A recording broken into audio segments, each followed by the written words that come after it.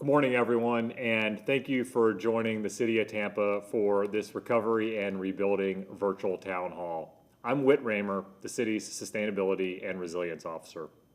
It's been a challenging few weeks for our region, and we know that many homeowners and businesses are making tough decisions on rebuilding and recovery options right now. The city's goal is to provide accurate information and available resources to help with this recovery process. Over the last few weeks, we asked the community to submit questions that our panelists, that we'll introduce in just a moment, will work to answer. Importantly, the panelists are not able to answer specific questions about insurance claims, the insurance process, or specific damage to your home or business. However, many of the most frequently asked questions will be answered.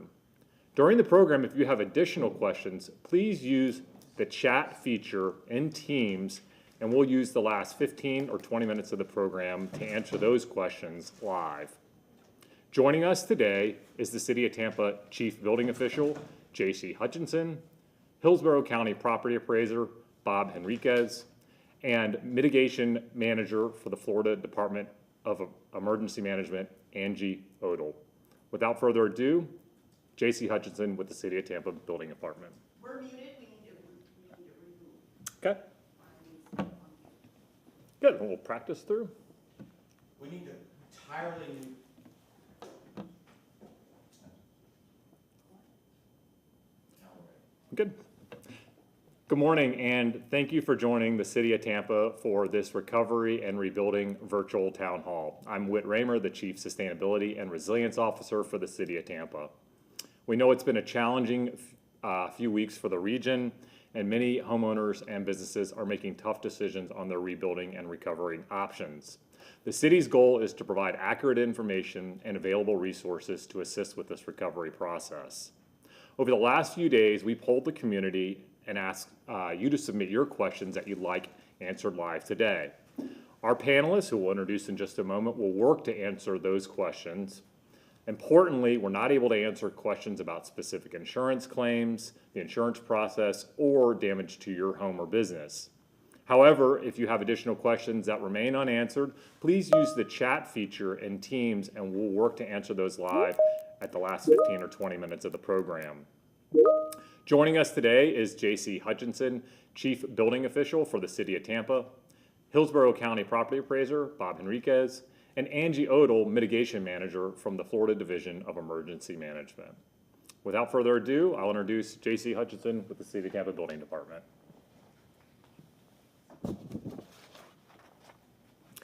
Good morning. I'm J.C. Hutchinson, Chief Building Official for the City of Tampa. In the aftermath of the hurricanes, we understand that many properties in our community have sustained damage. To support residents and subcontractors and contractors in the recovery process, I'm here to outline the necessary steps for obtaining a permit to repair and rebuild safely. Based on the Florida Building Code, certain minor repairs do not require a building permit. These include installing a new roof or re-roofing an existing roof that is 500 square feet or less, interior finish work like painting, tiling, carpeting, cabinetry, and countertops, repair or replacement of fences, and soffit and fascia repairs. That means that any work like this can be performed at any time and a permit is not required. To ease the repair process, per the emergency order, additional minor repairs that do not require a building permit at this time have been approved. This includes drywall repairs 2 feet or less from the finished floor and replacement of exterior doors. Our intent is to make sure that you can secure your property as other repairs are ongoing. To further support our residents, the city is waiving building permit fees for certain types of repairs directly related to the storm damage from either Hurricane Helene or Hurricane Milton. On the screen is the designation in the cellar to waive the fee for the work being performed. If you click yes, then the fees will be removed from the permit. Staff is equipped with post-storm damage assessment software to verify the claims and help waive fees. As of this morning, we've issued almost 300 permits related to storm damage, 29 building permits, 201 trade permits, 6 tree permits, and 1 demolition permit. To facilitate the rebuilding process, the city is offering expedited permit review and inspections for all types of storm damage repairs. In referencing a question about prioritizing and timing, when applying, please include storm damage in the permitting record to ensure priority handling by staff.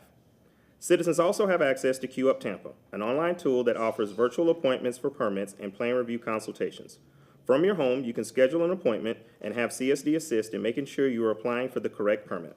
Please scan the QR code for more information.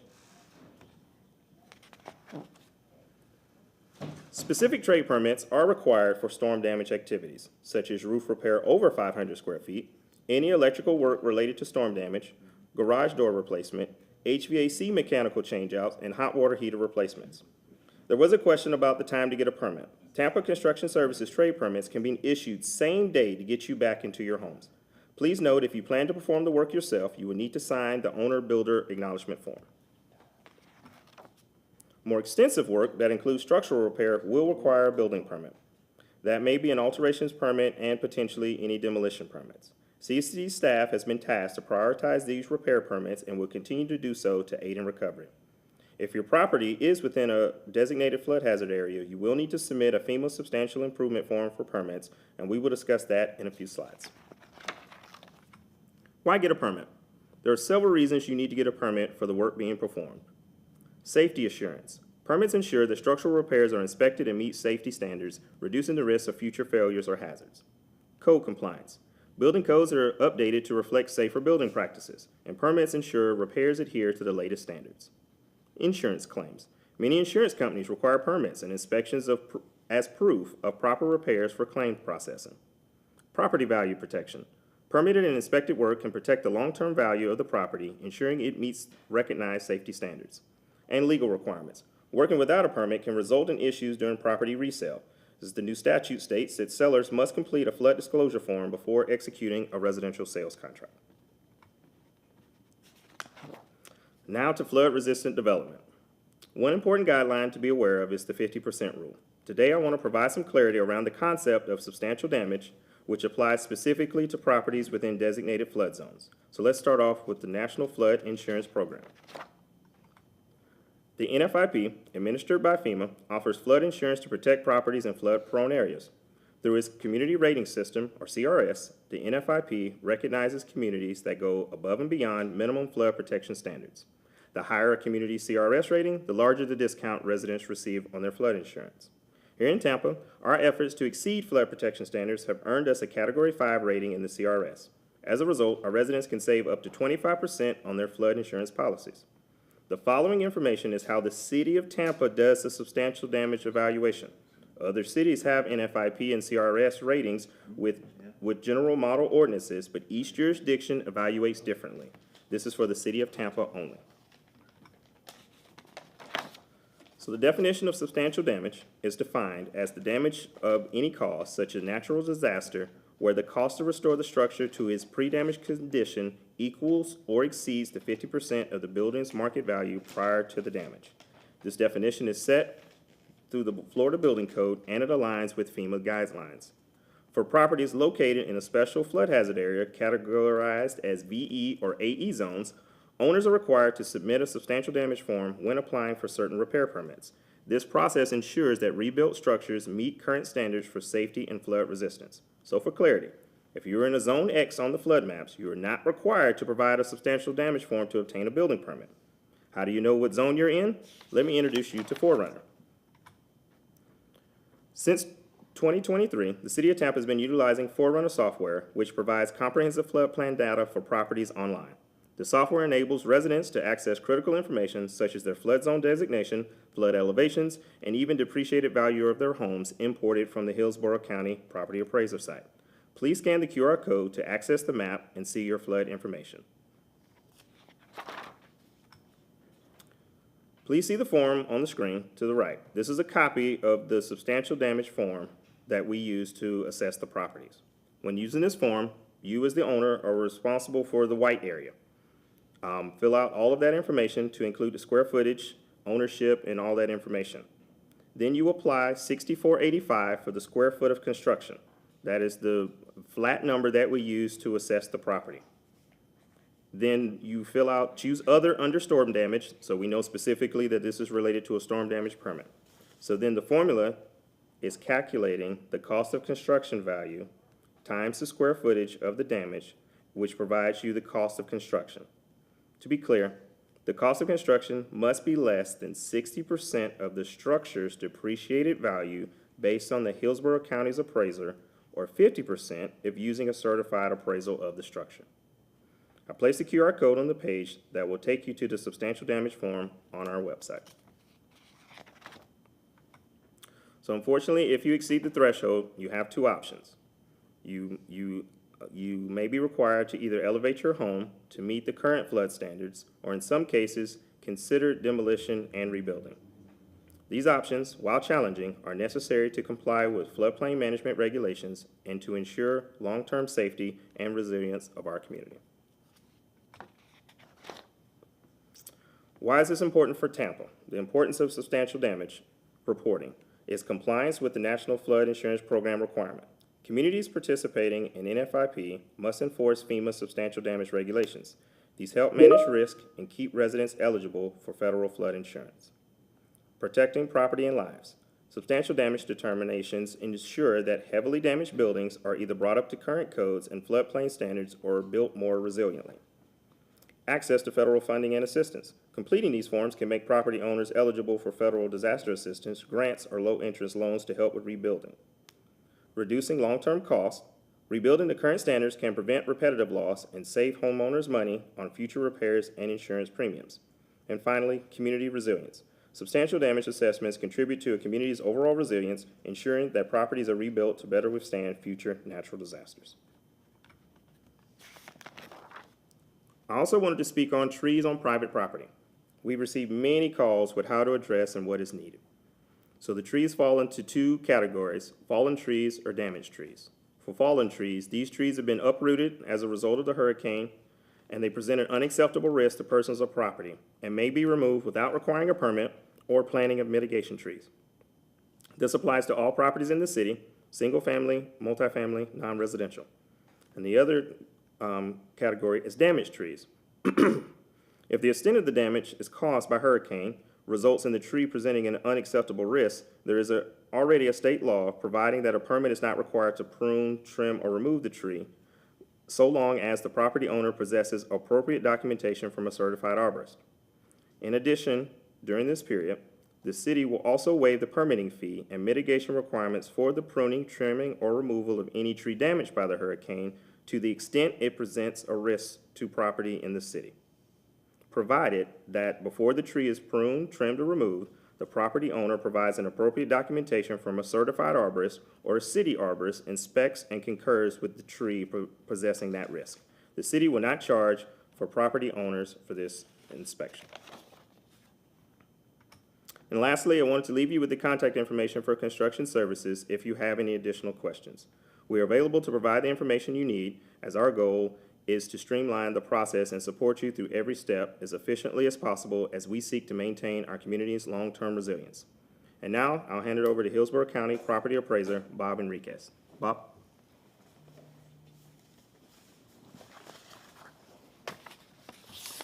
Well, good morning. First of all, I'd like to thank the City of Tampa for providing the opportunity for me to present today. And JC, thank you as well. And for the folks that are joining us here this morning, or anyone that might be watching in terms of on a replay, I appreciate you joining us, and hopefully this will be informational for you. I'm Bob Henriquez. I'm your Hillsborough County Property Appraiser. And it's important for folks to understand what we do at the office, the Property Appraiser's office, and what we don't do. So this is a great opportunity for us to provide information to you here today. First of all, the role of the Property Appraiser's office in the damage assessment process. First of all, in the immediate aftermath of an event like the two tragic events we had within the last few weeks, are to assist local agencies, and we did that. We were on the ground with code enforcement and others to do the initial damage assessment for the designation, federal designations, and what have you. Collecting that damage information allows us to determine whether property owners are eligible for various forms of property tax relief provided under Florida law that we'll touch on here during my presentation, and then answer any questions that folks may have. We also provide property owners an estimate of the just market value and information related to the 50% rule that JC just spoke about. And we'll go into some depth about that. And also it gives, we also advise property owners of potential, and we're getting a lot of these questions currently, of the potential impact to their property value as a result of these storms going forward when they begin to repair and rebuild their property. Now, we know that these historic events, these two storms, were catastrophic in nature and affected nearly every property owner, every citizen in Hillsborough County and the city of Tampa. So one of the things that we wanted to do was to really ramp up our outreach efforts to make sure folks had the information necessary to be able to address from the standpoint of their property value any questions they may have, and also to apply for any help or questions about rebuilding and repairing their home. So many of you may have received literally within the last day or so, a card from my office that has information on it regarding those issues. We have our website there, hcpafl.org. You can also, we have a dedicated email address, stormdamage@hcpafl.org. And of course, our phone number, that's a dedicated line for folks to answer questions that you may have, 813-272-6332. There's a QR code on that as well that allows you to go directly in to be able to report damage that you may have. So let's talk a little bit about rebuilding and repairing from the standpoint of our office and how it piggybacks City of Tampa as well. So first of all, questions have come to us, and I believe we have a question we'll answer about what if my home is uninhabitable? And so state law allows for a tax rebate would be available for you for, in this case, the 2024 property taxes, should your home be uninhabitable for 30 days or more during 2024. The homeowner would fill out a DR 465 form with our office, the property appraiser's office, and supply the necessary documentation documenting the fact that the home is uninhabitable and that you're out of the home. As far as 2025 value for the property, that's going to be based on the condition of the property as of January 1st, 2025. So if the property is still uninhabitable, of course, then the vacant land would probably be the basis for most of the value. But we can answer those questions as going forward as well. Next question people will ask about, well, I'm a homesteaded piece of property, or I have a Save Our Homes cap, so that my taxable value can't go up more than 3% in any given year, or in inflation, whichever is less. Or perhaps I'm covered by a 10% non-homestead cap that again, only allows my taxable value to go up no more than 10% in any given year. So if you're a property owner and you've been damaged and you need to rebuild the property, state law allows you to build up to 110% of the pre-event size of the property. So in other words, if you had a 160 square foot home with heated area of 1,600 square foot home pre-event with a homestead cap of say $195,000, the owner could rebuild up to 1,760 square feet, and that cap would remain at $195,000. So in other words, they would not be penalized for those additional square feet. Now, should they decide to rebuild and add additional square footage, then let's say in the case that they had the 1,600 square feet home pre-event with a homestead cap of, again, $195,000, the owner decides to rebuild 2,170 square feet, so they've added an additional 410 square feet.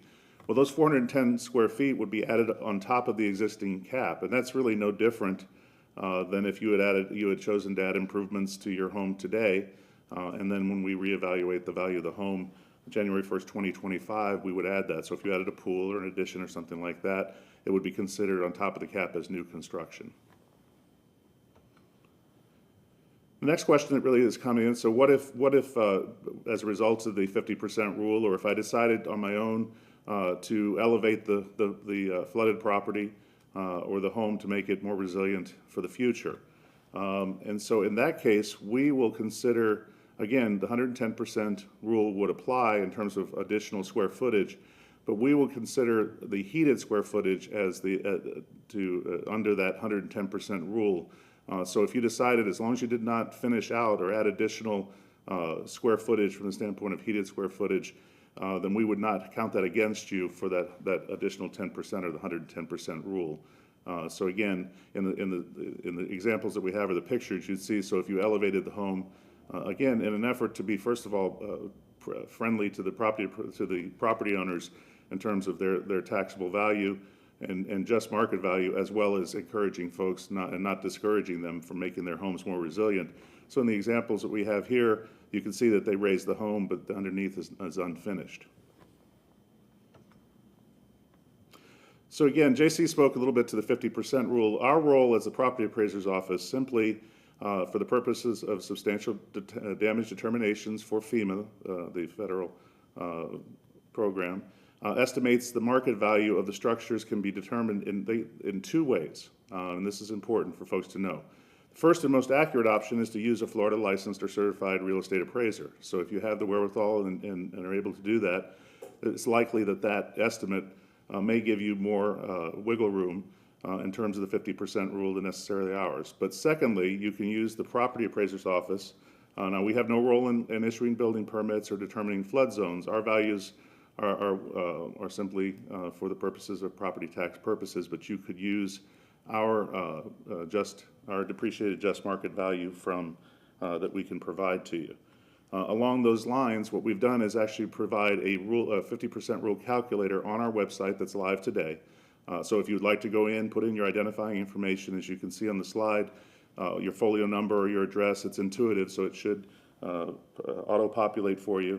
From that, then it will generate a letter that you can have available to you to provide to any agency or insurance agency or whoever you may need to provide that to.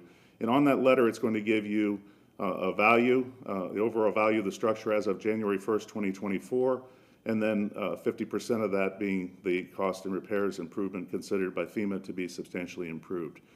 So that's something that you're able to do. You could call us, we can provide that to you personally, or you can go on the website and try to download that yourself.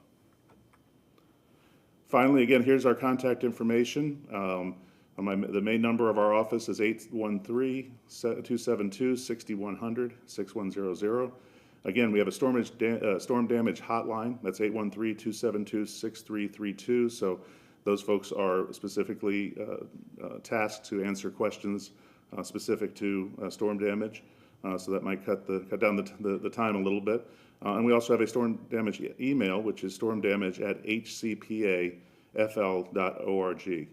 We stand ready to help you in any possible way. I can assure you from the property appraiser's office, we are going to do everything we can to be property owner friendly. Some of the questions we've had, unfortunately, are folks that are afraid necessarily to report their damage or to let us know because they think in some way it's going to negatively affect their property value from the standpoint of raising their taxes. That's in no way our goal, our charge, or our philosophy. We want to help you in any way that we can. And wherever we can, we're going to make sure that we're going to make call balls and strikes on the side of the property owner. So with that, let me turn over the presentation to Angie Odell. She is the mitigation manager for the Florida Department of Emergency Management in Tallahassee.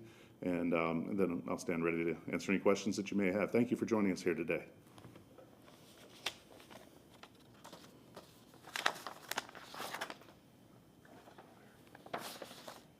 Good morning, I'm Angie Odell. I'm the State Mitigation Planning Manager here at Florida Division of Emergency Management. I'm going to briefly talk on some mitigation grants and some of the things that you guys would be eligible for and as to what your next steps would be.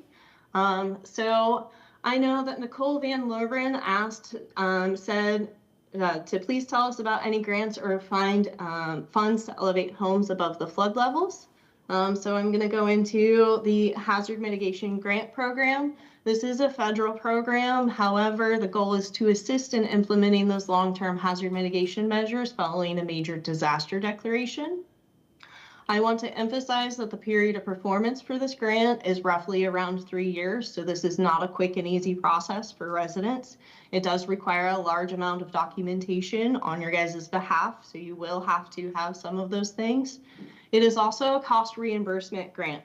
Therefore, that means that FEMA will cover 75% of it on the federal side, and the homeowner would be responsible for the 25% non-federal side. The allocation does come from 20% of federal disaster assistance for the disaster.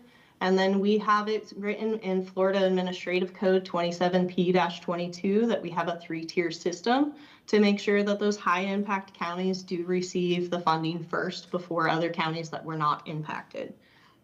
For the eligible applicants, a homeowner cannot apply for this on their own, so it has to go through state, local governments, and certain private nonprofits. This is kind of a general timeline as to how HMGP works. You can see with the disaster declaration, we have that.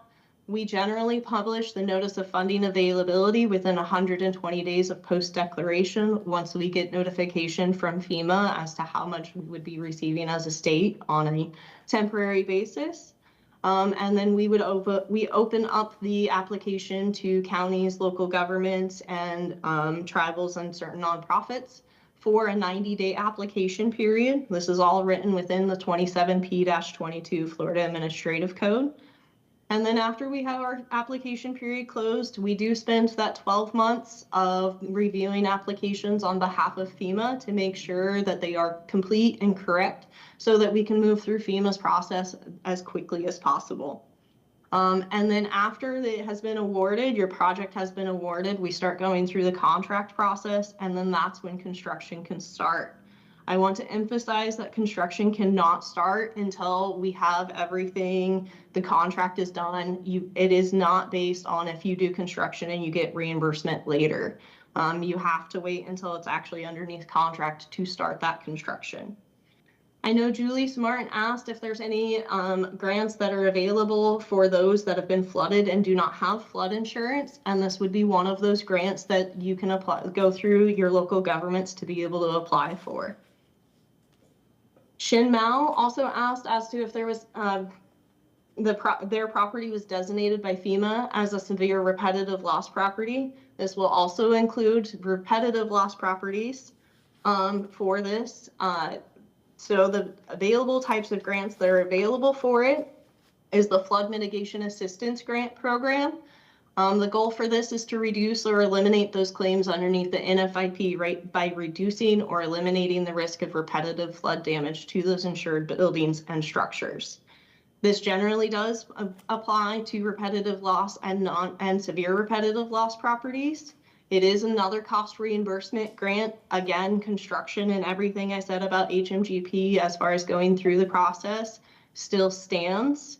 However, the cost reimbursement is a little different for repetitive loss properties, whereas 90% is covered by FEMA and then 10% is having to be covered by the homeowner. For severe repetitive loss properties, FEMA covers this 100%. It is nationally competitive, but we do have an annual appropriation by Congress to every state within the United States. Again, you will have to go through your state and local government. Nonprofit organization and individuals and businesses do need to apply through the local government for this. This is a general timeline. It looks a lot like the HMGP timeline. We just don't have to have a disaster. We just have to have FEMA open up the application period for it. So it still goes through a review process and a request for information from us at the state to the local governments of making sure that we have all of that documentation before we submit it to FEMA. And then once we submit it to FEMA, FEMA also reviews and awards them. Again, once you start getting the award, we can start the contract process and then you can start the construction process thereafter. Again, to make sure that everybody understands to go through these, it is not a quick and easy process. It's 2 to 3 years before you can start the construction. And these are FEMA federal guidelines. And that concludes from me. Thank you. Thank you, Angie.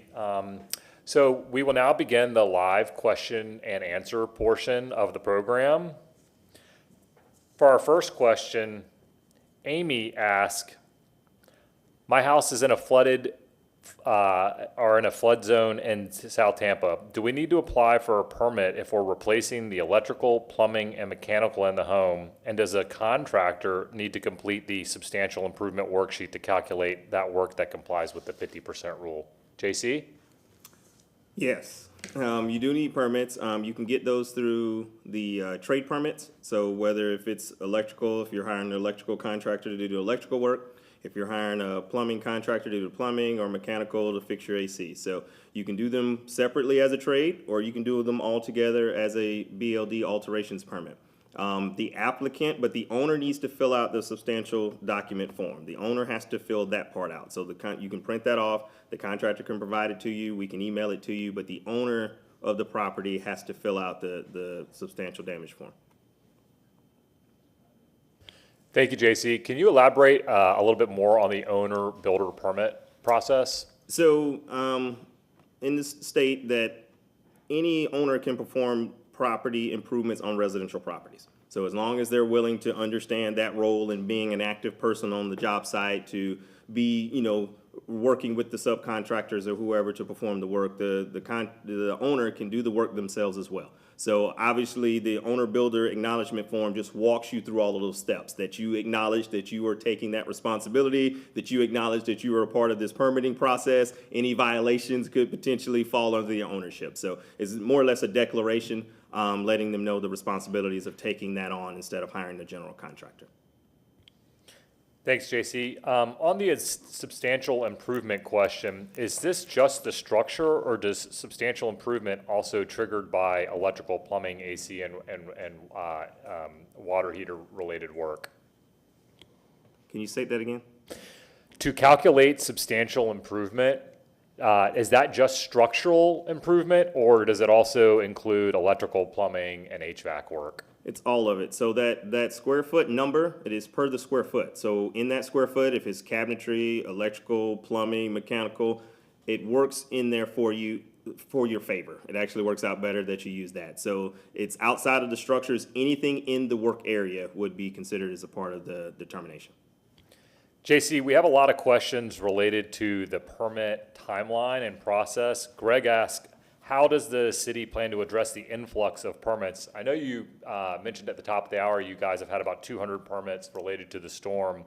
Do you have any additional information on timelines and staff capacity to process these permits? So what we're doing right now is we ask for you in your scope of work to put in storm damage. If you put in storm damage, that prioritizes that above the other permits that are coming in. We're trying to balance about 60-40, focusing 60% on repair and recovery, because I know I'll get calls from other builders about what about my project that's not in the flood. So that 40%, we're still balanced to try to work on the consistent projects to keep those projects going. So the intent is our normal 3-day review time. All of that is still the same. 7 to 10. Most of this stuff we're dealing with, carports, things like that. These are very small projects that don't take long. So obviously, we're prioritizing. We're staffed up. We're available. We're here to help. And we just want to be able to get to those projects as soon as you can. So obviously, you can get back into your homes.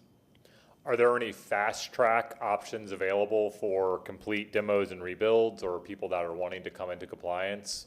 So it's easier for an in-person consultation when you come in and kind of lay this all out. You say, hey, this is what I want to do. We can kind of give you the process. So whether if you want to fast track some of your trade permits while you're waiting on a structural to do your roof repair, so we can work with you and sit down with you and kind of come up with a phasing plan. So we have that. We also have our Queue Up Tampa. You can do a virtual appointment. You don't even have to come see us. You can just set up virtually, and we can have similar to a FaceTime message, and we go through a Teams meeting, and we go through all the information with you and lay it out. And you can, even turn your camera and show us, hey, in my house, this is what I'm seeing in my bedroom, or this is what I have in my kitchen. And we'll be able to give you that information and help you out. All right, thanks, JC. We'll come back to you in a couple minutes with some additional questions. Bob, we've got a couple of questions for you. Let's start with what defines whether a home is actually uninhabitable?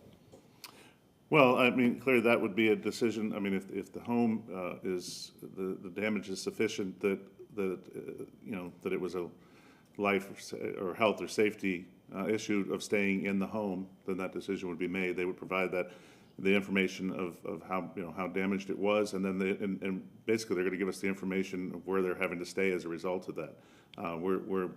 We wouldn't make the determination exactly of what is considered uninhabitable from the property appraiser's office, but I think it's somewhat intuitive of what that may be, and honestly, we wouldn't want people living or staying in a home that for some reason is some kind of a health or safety risk as well. Thanks, Bob. I've got a question from Jonathan. He says there's been a lot of sketchy information floating around about property tax relief related to the storms. I know you touched on this a little bit earlier, but can you just remind us what the ground truth, the tax implications on homes that were damaged, and what the city, and this will probably be for JC, what the city's doing to help keep people in their homes and to bolster the value of properties in the wake of hurricanes? Well, it's important for folks to understand the role of the property appraiser's office. We value property based on the market. We don't control the market. We don't predict the market. We're historians, for lack of a better term. The value is based, when you receive your notice of proposed taxes or your trim notice in August of each year, it's based on the previous January 1. And so in a case like this where there's been damage to a home, certainly it's had an effect on the value. Over the course of time, what the market bears is what the value of the home will be going forward. At the same time, there's no intention or effort on our part, or I think anyone's part, to utilize a catastrophic event like this to somehow do something that's going to be detrimental to the property owners, just the opposite. And so I think there's a lot of that information out there. I literally had a call within a day or so of the personal call from somebody I knew that had talked to one of their friends that said, I know that I'm supposed to report this damage, but I don't want to because it's gonna have a negative effect. My taxes are gonna go up as a result of that. The legislature has wisely, I believe, put some statutes into place that in the past, whenever there was an event of one type or another, and whether it be a hurricane, a series of tornadoes, or something else that's gone on, in which they've had to go into special session to address some of the things they've put into statute now. The 110% rule is one of those things that they would do sort of on a one-off basis that's now in statute. So that allows you, again, to rebuild the property up to 110% of its original size without it having an effect on your Save Our Homes cap or the 10% non-homestead cap from the standpoint of value. That's a good thing for property owners.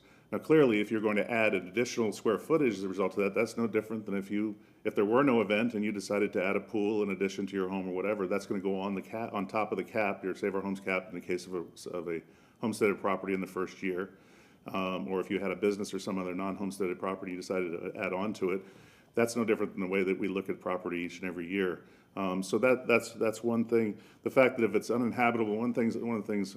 Thank you for the question, Whit, that I did not touch on is that you have up to 5 years if you determine that you're going to return to the home or rebuild the home, because as Ms. Odell spoke to, it could take a while for all of this to play out between the declarations, all of the different programs that are out there, rebuilding, permitting. Although you guys are going to do it in 3 days, right, JC? All those things that take time. So we know that so the law allows you up to 5 years as long as you're taking affirmative steps in terms of rebuilding without your homestead exemption coming off. So that's a good thing as well. If you determine that you're not going to return or you're going to sell the property, you still have up to 3 tax years, the remainder of this year and 2 more years to do your portability if you have homestead as well. So those things are still in place, as well. And the one thing that we're going to make sure is that if you decide to proactively elevate your home so that you're not affected like this in the future, then we're only going to count that heated, or in our case, more importantly, air-conditioned area in Florida. Again, as far as that 110% rule, if you elevate your home, then we're going to consider that basically foundation below you, as long as it's unfinished. Now, again, if you decide to finish that area out, then we'll look at it the same way as if you did in addition to your home on top of the cap. Bob, I'm glad you mentioned that because I know Maureen asked if she elevated her home as a stilt home or where I think you could probably pull a car into an open space below. She just wanted to confirm that additional underneath square footage wouldn't count towards adding additional conditioned square footage. Yes, Maureen, and that's a very good question. Our office, again, is going to interpret catastrophic damage to the structure as addressing heated and air-conditioned areas. Now, there may be some question if we're instructed by Department of Revenue or otherwise that that's not the correct way to do it, that wouldn't be on us, but we're going to take, again, as helpful an approach as we can. And I think we don't want to create disincentives for folks that are going to make their homes or properties more resilient in the case of another event like we experienced. Thanks, Bob. I'm going to ask you to stay up for 1 minute. I just want to make an important administrative announcement that this program will be available online. It's being recorded, so for those that aren't on the video portion, you can go back and review the slides, and for folks that were not able to make the presentation at all today, it'll be available on the city's media outlets. Bob, I've got another question here for you. If we used a licensed real estate appraiser and the number comes back higher than the one on your website, how would that impact our property taxes? Well, that's not going to affect our assessment. Unless you decide to supply that to us and say that we've got you under assessed, but it's apples and oranges. Remember that assessment would be more contemporary than ours would be, because ours is based on January 1st of 2024. So the market changes over the course of time. So time trending, if the market has increased, which it has every year since 2013 to some extent, then intuitively that number should be higher than ours. And also remember, we do our assessments for property tax purposes, whereas an assessment from a private appraiser, again, is usually a smaller universe. So I can go into the whole thing, but the reality of it is, it probably is, and we would encourage folks to get an assessment from a private appraiser simply because it should be advantageous to them. From the standpoint of the 50% rule, but we're not going to then, go back and say, oh, well, that we have our assessment wrong. It's just the opposite. Also, at the same time, go to our website. We download that form or that letter, and if you're within the 50% rule based on our assessment, then you're good to go. Thanks, Bob. Mike asked if you have a 2-car garage and you plan on adding an additional garage, does that increase the square footage of the house? It could, depending. I mean, that's an additional improvement.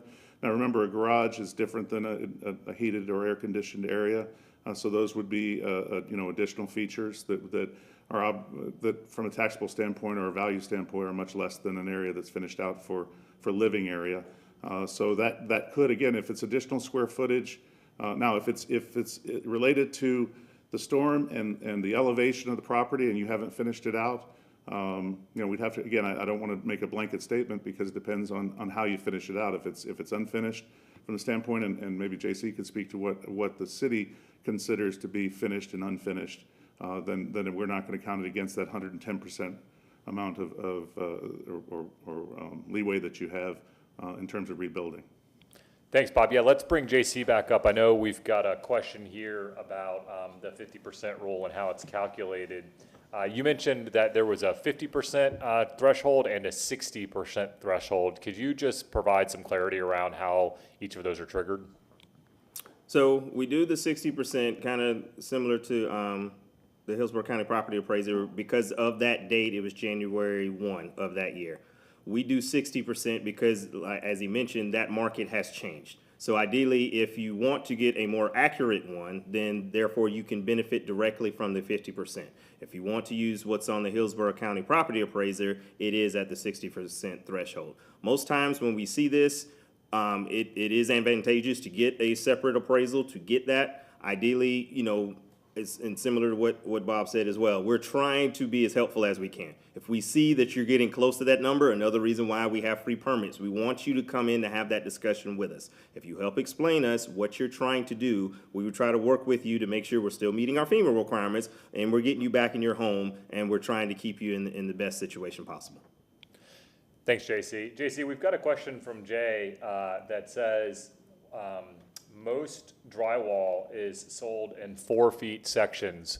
Why is the city only requiring no permit for up to 2 feet? So when we did up to 2 feet, we were trying to stay out of electrical services. We were trying to stay out of any other trades. So that's why we did that. Normally, in disaster recovery, it's called a flood cut. You do 2 foot above, that's what it's called. So Serve Pro, any of those groups that come in, because they're trying not to get into the trades, they're not trying to get into electrical services, they're not trying to get into those things. So that's why we felt that it was safe enough to do the 2 feet or less. If you do 4 feet, if you do it in 4 feet sections, once again, it's still a trade permit that you can come and get for free. So it's not really necessarily hurting you on that end either, because we're waiving the fees for that work. So if you want to do the alterations, you want to do that, that's fine. You come in and get a permit, we'll come and inspect it if it's up to 4 feet. Thanks, JC. I'll give you a moment to catch your breath. There's a question here about what is our base flood elevation in Tampa. And I think this is a good opportunity to, again, plug the Forerunner program that the city uses to determine all sorts of information related to potential risk with your house, including your flood zone. We know there was a lot of flooding in Tampa during Hurricane Milton that occurred outside the flood zone. So we really encourage people to know their flood zone and understand that just because you don't live in a mandatory purchase area doesn't mean that you don't have risk from flooding. Generally, those risks are higher for inland flooding than coastal flooding. FEMA has done a lot more mapping around the coastal area than inland flooding.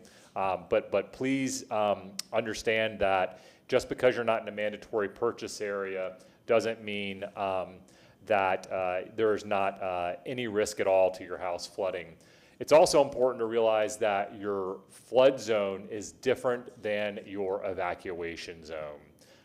There is some relationship, but evacuation zones are based on your distance to the coast. Flood zones are designated both from coastal storm surge risk and inland flooding risk. So very, very important to understand the difference between flood zones and evacuation zones, and also understanding that just because you're not in a mandatory purchase area, so you might be in flood zone X shaded, there still is a risk of flooding there. It's between a 100 and 500 year storm risk, whereas the flood zones closer to the coast or where we know there is inland flooding, those risks would be higher.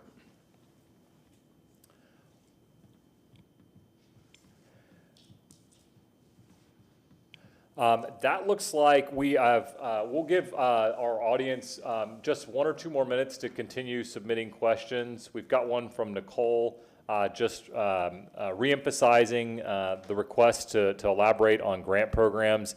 Angie, our understanding is that both the HMGP and the FMA applications must be submitted through a local government or state government. I know the state is contemplating developing some new processes to expedite that process. Angie, are there any developments on who folks after the call should contact for additional information, or if they're interested in pursuing a grant, either FMA or HMGP?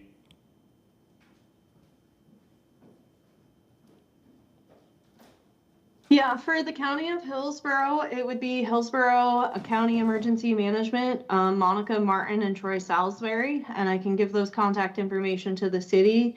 And for the city of Tampa, I believe it would be for WIT, but I will have to verify with the county as to who on the city side. Not to throw it back at you, WIT, sorry.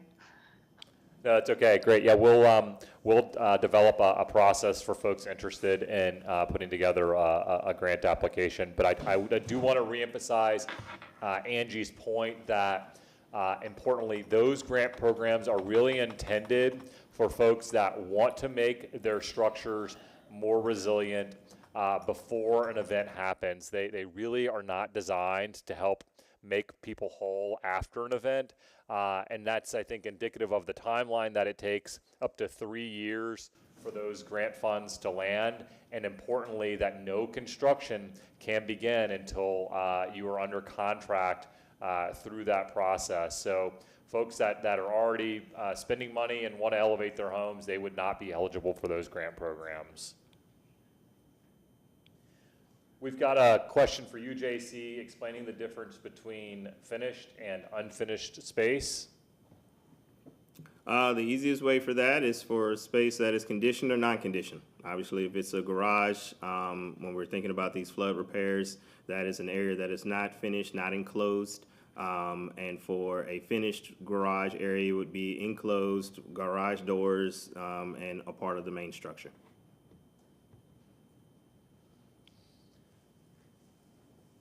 Okay, great. We also just want to share that Forerunner is available on the QR codes. We're going to flash those on the screen again. All right, so first one is for Q Up Tampa. So if you want the virtual one-on-one with CSD staff to go over information, it's queup.tampa.gov, or you can scan the QR code. Make sure, even when you're scheduling that appointment, also put in storm damage in that as well, so then we know that that information is related to storm damage recovery. And the other one is for Forerunner. This is the site that has all of our flood maps available online that you can look at any time. It's a public portal. You can type your address in. You can see what those flood risks are and where you fall. And that'll also tell you your elevation plus your design flood, which is 1 foot above that. Okay, as we wind down our program, we want to remind you that both the slides and the audio portion of this program will be available to the public after the program has finished. If you have additional construction-related questions, please be sure to email CSD, that's Construction Services Division, help, CSD help at tampagov.net. And I think Bob's got an email address that he posted on his slides as well, which will be available after the show.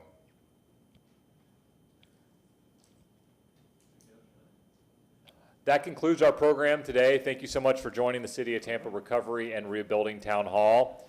If you have additional questions on the grant program side, feel free to reach out to me, wit.reamer@tampagov.net. And thank you so much for joining the city today, and we wish you the best on your recovery and rebuilding. That concludes the program. The bountiful market of Cuba awaited. It wasn't long before Jake became very rich, and he began to do things most cattlemen didn't. Though he hadn't been to school himself, he founded a school, the Summerlin Institute. Over 1,000 people showed up to lay the cornerstone. A friend had to loan him a dress coat for the occasion. Jake didn't change clothes or character, but Jake was changing with the times. He was becoming a developer. He was a great dreamer of opening up the Florida Peninsula, and in particular,